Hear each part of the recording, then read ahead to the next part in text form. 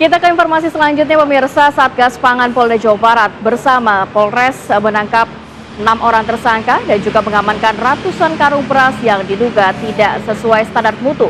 Salah satunya adalah beras bantuan Bulog yang dioplos dan dijual kembali sebagai beras premium.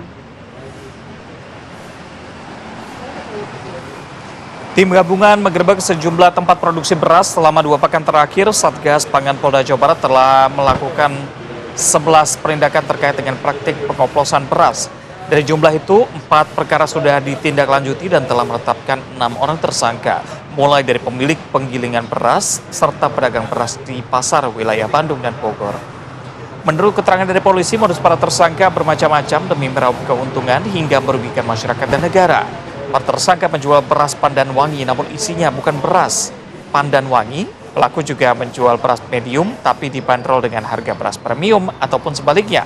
Beras premium dikemas seperti beras medium untuk kepentingan tertentu.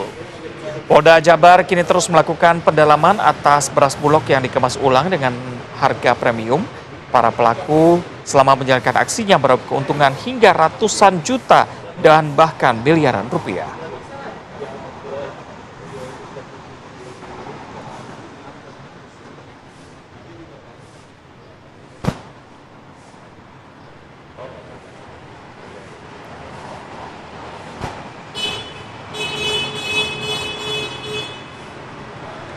Dan untuk mengetahui lebih jelasnya sudah bergabung bersama kami Kombes Pol Wirdanto Hadi Caksono, Dirkrimsus Polda Jawa Barat. Selamat pagi.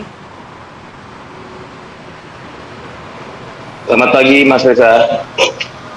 Baik, Pak, ini kan sudah dikembangkan, sudah ada 6 tersangka juga begitu ya. Modusnya juga sudah diketahui. Apakah ada pengembangan baru dari hasil keterangan polisi yang terbaru?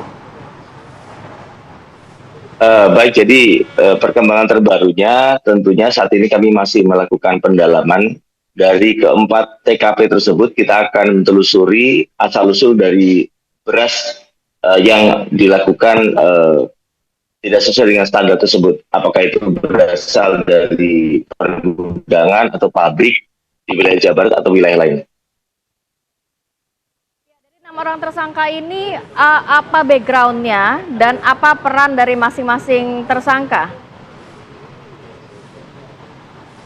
Baik, dari ke-6 tersangka itu seluruhnya itu adalah pemilik penggilingan padi dan juga termasuk pelaku penjual beras yang ada di pasar di wilayah Jawa Barat, khususnya di daerah Bandung, daerah Majalengka, Cianjur dengan Bogor. Dan kesemuanya itu memang mengambil berasnya ada yang berupa gabah dan ada juga yang mengambil beras yang berupa beras dengan kualitas medium tetapi dijual dengan premium.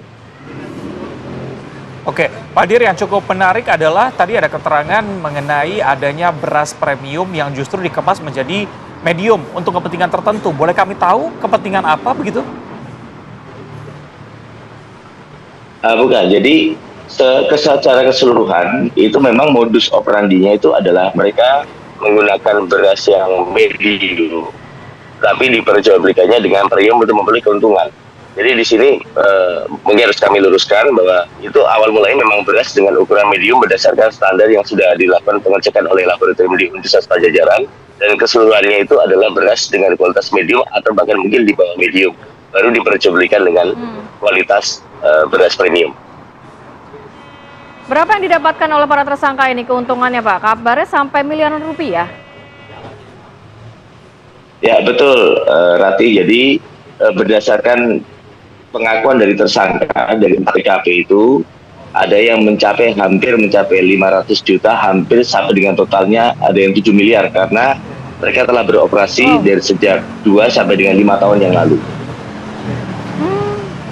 2 sampai dengan 5 tahun lalu. Oke, ini awal pengembangannya adalah apakah ada laporan ataupun kecurigaan dari masyarakat atau bagaimana, Pak?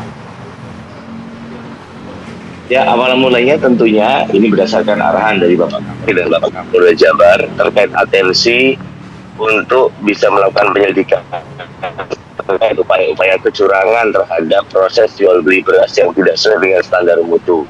Kami melakukan operasi pasar bekerjasama dan berkolaborasi dengan instansi terkait. Setelah dilakukan operasi pasar, diduga di situ ada penjualan beras yang tentunya tidak sesuai dengan standar mutu. Hingga akhirnya kami melakukan langkah-langkah uji lab bekerjasama dengan Universitas Pajajaran, dan didapati ternyata bahwa standar atau mutu dari beras yang diperjualbelikan itu tidak sesuai dengan label kemasan yang tertera di dalam karung beras. Sehingga di situ kami melakukan langkah-langkah penegakan hukum, memastikan bahwa ternyata dalam beras yang diklaim premium tersebut ternyata berisikan beberapa jenis beras, yaitu baik dari adanya sejumlah persentase beras kepala, ada juga beras pecahan, termasuk menir, yang tentunya tidak sesuai dengan standar SNI yang ditetapkan dan peraturan Mentan di tahun 2017 dan juga peraturan Badan Pangan Nasional di tahun 2023. Pak Dir, bagaimana Anda memastikan khususnya untuk di wilayah Jawa Barat sendiri tidak ada lagi beras oplosan seperti kasus ini, Pak? Jadi untuk Satgas Pangan Polda Jabar serta Polres Jajaran, secara dari Bapak Kapolda, kami akan terus melakukan langkah-langkah penyelidikan, pemeriksaan, dan pengecekan di lapangan, khususnya di pasar-pasar tradisional. Dan tentunya di sini setelah kami menemukan ada 12 merek beras yang sudah beredar sesuai dengan hasil pengukuran kami, yaitu beras Tip Putih, Slip Pandan Wangi, Emma Premium, Slip Super Tan, NJ Premium Jembar Wangi, Slip Super Gambar Mawar, Slip Super Gambar Ikan Lele, Ramos Bandung, merek 58, merek Kirjaya, merek BMW, dan TM. Ini harapannya tentunya untuk bisa kami himbau kepada para pelaku usaha untuk bisa menarik dan kemudian melakukan penyesuaian harga serta mutunya. Dan ke depan tentunya kami akan terus melakukan langkah-langkah pengecekan di lapangan untuk supaya masyarakat jangan sampai menjadi korban. Pak, kalau memang ternyata masih beredar di pasaran merek-merek yang tadi Anda sebutkan, harus seperti apa untuk para penjual ini? Menarik barangnya tidak diedarkan atau seperti apa? Ya, berdasarkan hasil kolaborasi dengan Disperindak, jadi kami menghimbau untuk seluruh pelaku usaha yang telah memperjualbelikan atau memperdagangkan merek-merek tersebut, harapannya untuk segera melakukan penyesuaian mutu dan termasuk juga penyesuaian harga, dan memastikan ibaratnya label-label yang ada yang sudah tertera premium, kalau pun memang di situ kualitasnya bukan premium, agar disampaikan betul-betul kepada masyarakat supaya masyarakat tidak dirugikan. Oke, Pak Dir, mungkin satu lagi, ini ke-6 tersangka apakah mereka saling bekerja sama dan dari mana mereka bisa mendapatkan pasokan beras Bulog tadi, Pak?